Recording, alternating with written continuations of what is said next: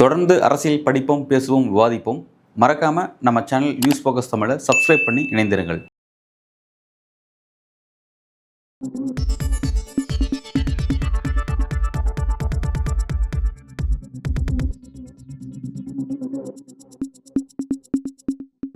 News focus Tamil நேயர்களுக்கு வணக்கம்.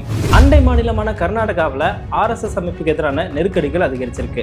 RSS அமைப்பை தடை செய்யணும், ஆர்எஸ்எஸோட நிகழ்ச்சிகளில் கலந்துக்கிற அரசு அதிகாரிகளை சஸ்பெண்ட் செய்யணும்னு அமைச்சர் பிரியங்க் கார்கே பேச இந்த விவகாரம் கர்நாடக அரசியலில் காங்கிரஸ் பிஜேபி இடையே மோதலை ஏற்படுத்தியிருக்கு. என்ன நடக்குது கர்நாடகாவில் இந்த தொகுப்பில் பார்க்கலாம். கர்நாடகாவில் சமீபத்தில் ஆர்எஸ்எஸ் அமைப்போட நூற்றாண்டு விழா கொண்டாடப்படுது. இந்த விழா கர்நாடகாவில் சில இடங்களில் பள்ளி மைதானத்தில் நடைபெற்றதாகவும் இதில் பள்ளி மாணவர்கள் கலந்துக்கிட்டதாகவும் சொல்லப்படுது. இதுக்கு கர்நாடக அரசியல்ல பயங்கர எதிர்ப்பு கிளம்பிய சூழல்ல தமிழ்நாட்டை போல ஆர்எஸ்எஸ் அமைப்பை கர்நாடகாவிலையும் தடை செய்யணும் அப்படின்னு கர்நாடகாவை சேர்ந்த தொழில்நுட்பத்துறை அமைச்சரான பிரியங்க் கார்கே முதலமைச்சர் சித்தராமையாவுக்கு ஒரு கடிதம் எழுதுறாரு. இதுல அவரு இந்த ஆர்எஸ்எஸ் அமைப்பு இந்த மாதிரியான நிகழ்ச்சிகள் மூலமா இளைஞர்கள் மாணவர்கள் மத்தியில ஒரு பிளவை ஏற்படுத்த முயற்சிப்பதாகவும் இது சமூகத்துக்கு எதிரானது, அதனால ஆர்எஸ்எஸ் அமைப்பை முழுமையா தடை செய்யணும் அப்படின்ற மாதிரி பேசியிருந்தாரு. இது கர்நாடக அரசியல்ல பெரும் அதிர்ச்சியை ஏற்படுத்தியிருந்தது. பிஜேபி தரப்புல இருந்து இதற்கு எதிர்ப்பும் தெரிவிச்சிருந்தாங்க. இந்த ஒரு சூழல்ல முதல்வர் சித்தராமையா தன்னுடைய செய்தி தொடர்பாளருக்கு இது தொடர்பாக ஆய்வு செஞ்சு நடவடிக்கை எடுக்கும்படி உத்தரவு பிறப்பிக்கிறாரு. அதுல அவரு இந்த விவகாரத்துல தமிழ்நாடு மற்றும் பிற மாநிலங்கள் எடுத்த நடவடிக்கையை ஆய்வு செய்து அதை ஃபாலோ செய்யும்படி உத்தரவிடுறாரு. ஏன் இங்க தமிழ்நாடு அவர் குறிப்பிட்டாருன்னா, ஏன்னா தமிழ்நாட்டில் ஏற்கனவே ஆர்எஸ்எஸ் அமைப்புகளோட நிகழ்ச்சிகளுக்கு தடை செய்யப்பட்டிருக்கு. அதனால இந்த விவகாரத்தை தமிழ்நாடு எப்படி கையாண்டாங்க அதை ஆய்வு செஞ்சு ஒரு நடவடிக்கை எடுக்கும்படி அவர் ஒரு உத்தரவை பிறப்பிக்கிறாரு. இந்த விவகாரம் கர்நாடக அரசியல்ல பெரும் சர்ச்சை ஏற்படுத்திய நிலையில தனக்கு இது தொடர்பாக கொலை மிரட்டல் வருவதா அமைச்சர் பிரியங்க் கார்கே எக்ஸ்தலத்தை பதிவு செய்யறாரு. ஏன்னா இந்த விஷயத்தை இனிஷியேட் பண்றதே அவர் தான். அதனால இவருக்கு கொலை மிரட்டல் வருவதா அவர் ஒரு குற்றச்சாட்டை முன் வச்சிருந்தாரு. இதுக்கு கடும் கண்டனம் தெரிவிக்கிற பிஜேபியை சேர்ந்த முன்னாள் முதலமைச்சரான ஜெகதீஷ் ஷெட்டர் என்ன சொல்றாருன்னா, இது ஒரு அரசியல் பழிவாங்கல் நிகழ்வு அப்படின்ற கண்டனத்தை முன்வைக்கிறாரு.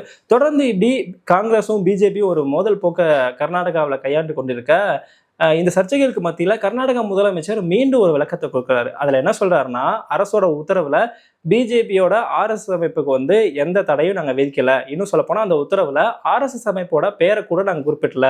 நாங்க என்ன செஞ்சிருக்கோம்னா, இதுக்கு முன்னாடி நீங்களே ஒரு உத்தரவு பிறப்பிச்சிருக்கீங்க. அதாவது அரசு பள்ளி கல்லூரிகளோட மைதானங்களா கட்டடங்கள் எதுவா இருந்தாலும் அதுல தனியார் நிகழ்ச்சிகள் நடத்தக்கூடாதுன்னு நீங்க ஒரு உத்தரவு பிறப்பிச்சிருக்கீங்க. அதைத்தான் நாங்க திரும்ப இப்ப ஃபாலோ பண்றோம் அப்படின்ற மாதிரி அவர் சொன்னாரு. இதுக்கிடையில அரசாங்கம் 2013 வெளியிட்ட அறிக்கையை மீண்டும் வெளியிடுறாங்க. அதுல என்ன சொல்லியிருக்காங்கன்னா, இந்த மாதிரி அரசு பள்ளிகள் கல்லூரிகள்ல தனியார் நிகழ்ச்சிகளுக்கு தடை விதிக்கப்படுதா அப்படின்னு சொல்லியிருக்காங்க. இதைத்தான் அரசாங்கம் மீண்டும் ரீரிலீஸ் பண்ணியிருக்காங்க. இதை வச்சு முதல்வர் என்ன சொல்லியிருக்காருன்னா, ஏற்கனவே நீங்களே இந்த மாதிரி பண்ணியிருக்கீங்க, அதைத்தான் நாங்கள் பண்ணியிருக்கோம், ஆர்எஸ்எஸ் அமைப்புக்கு நாங்கள் தடை விதிக்கல அப்படின்ற மாதிரி ஒரு விளக்கத்தை கொடுத்துருக்காரு. அதாவது பார்த்தோம்னா, பிஜேபி அரசாங்கம் ஆட்சியில் இருக்கும்போது அவங்க வெளியிட்ட அறிக்கையை வச்சு அவங்களுக்கு எதிரான நடவடிக்கைகளை இப்ப காங்கிரஸ் ஈடுபட்டிருக்காங்க. இந்த ஒரு சூழல்ல காங்கிரஸ் அமைச்சர் பிரியங்க் கார்கே தொடர்ந்து ஆர்எஸ்எஸ் அமைப்பை நோக்கி சில கேள்விகளை முன் வச்சிருக்காரு. ஆர்எஸ்எஸ் ஒரு பதிவு செய்யப்பட்ட அமைப்புனா அதுக்கான ஆதாரத்தை காண்பிச்சா பிரச்சனையே முடிஞ்சது. ஆர்எஸ்எஸ் ஒரு பதிவு செய்யப்பட்ட அமைப்பு இல்லைன்னா அதுக்கான பணம் எங்கிருந்து வருது அப்படின்ற கேள்வியும் கேட்கிறாரு. தொடர்ந்து அவர் ஆர்எஸ்எஸ் ஒரு பதிவு செய்யப்பட்ட அமைப்புனா அவங்க வரி செலுத்திருக்கணும், வெளிநாட்டில இருந்து தனியார் கிட்ட இருந்து வர நன்கொடைகள் பத்தின தகவல்களை பகிர்ந்திருக்கணும், அவங்க பதிவு செய்யல அப்படின்ற ஒரு விமர்சனத்தை முன்வைக்கிறாரு. இந்த விவகாரத்தை பொறுத்தவரைக்கும் பாத்தீங்கன்னா, மேலோட்டமா இது ஒரு நிர்வாக ரீதியான நடவடிக்கையா தான் பார்க்கப்படும். ஆனா கர்நாடகா காங்கிரஸோட பார்வையில இது இந்த ஆர்எஸ்எஸ் அமைப்புகளோட நிகழ்ச்சிகளோ இந்த அமைப்போ இதுல அரசு அதிகாரிகள் கலந்துக்கிறதோ ஒரு பிரச்சனையா அவங்களுக்கு கிடையாது. இது முழுக்க முழுக்க கர்நாடக அரசியல்ல ஆர்எஸ்எஸ் அமைப்பை ஓரங்கட்டுறதுக்கான ஒரு நடவடிக்கையா தான் இது அரசியல்ல பார்க்கப்படுது. ஏன்னா இந்த விவகாரத்தை பொறுத்த வரைக்கும் பாத்தீங்கன்னா, ஒட்டுமொத்த தென்னிந்தியாவிலேயே கர்நாடகா மட்டும்தான் இதுவரைக்கும் பிஜேபி ஆட்சி செய்த ஒரு மாநிலமா இருக்கு. ஆட்சிக்கு வரக்கூடிய வாய்ப்புள்ள ஒரு மாநிலமாகவும் அதான் இருக்குது. மற்ற மாநிலங்களான கர்நாடகாவை தவிர்த்து தமிழ்நாடா இருக்கட்டும், கேரளாவா இருக்கட்டும், தெலுங்கானா, ஆந்திரா இதெல்லாம் இந்த மாநிலங்கள்ல இதுவரைக்கும் பிஜேபி நேரடியாக ஆட்சியில் இல்லை, கூட்டணியில தான் இருந்திருக்காங்க.